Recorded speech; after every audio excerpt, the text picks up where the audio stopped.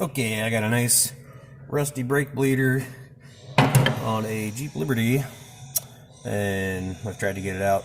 She's pretty stuck. So I'm going to do one of my favorite methods here. Take the old twist socket, give her a little tap on.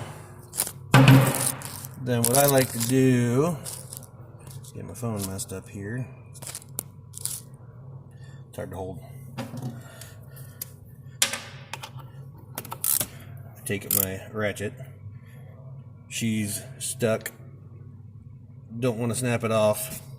So what I'm going to do, get the trusty air hammer out. Go about right here and hammer the shit out of this while putting pressure on it. And it usually comes right out. And I'm going to try to do it without destroying my phone here. See if I can, where am I going to set this thing? How about in the old leaf spring? Can you see me? Phone is going to go flying.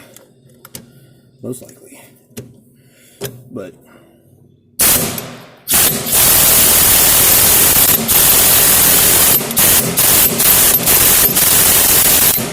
and there she goes. I hope you could see that, but now, beep, the bleeder is broken loose.